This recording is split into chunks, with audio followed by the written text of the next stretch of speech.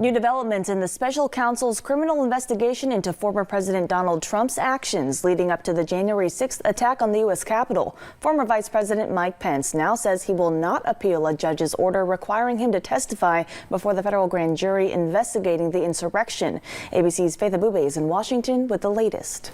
Fresh off his historic criminal indictment in a New York City courtroom, potential new troubles brewing for former President Donald Trump.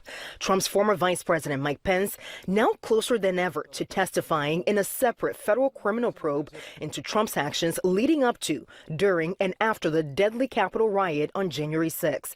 Pence was subpoenaed by special counsel Jack Smith back in February to provide documents and answer questions in the investigation, but the former vice president initially resisted. No vice president in American history has ever been compelled to testify against a president with whom they serve.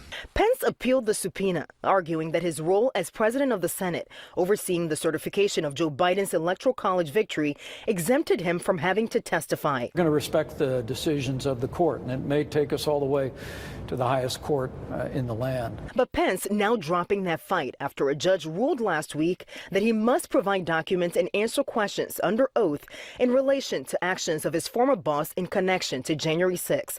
The judge also rejecting Trump's claims of executive privilege. A Pence spokesperson saying in a statement that Pence, quote, will not appeal the judge's ruling and will comply with the subpoena as required by law. Pence was the target of the pro-Trump mob that stormed the U.S. Capitol. He also endured immense pressure from Trump to overturn the election results. Did you ever point blank say to the president, I will not do this, I will not intervene, we lost this election? I did, David, many times. And Trump could still appeal the court's decision to compel Pence's testimony, but he has failed in similar efforts to keep some of his other top aides from testifying. In Washington, Faith Abube, ABC News.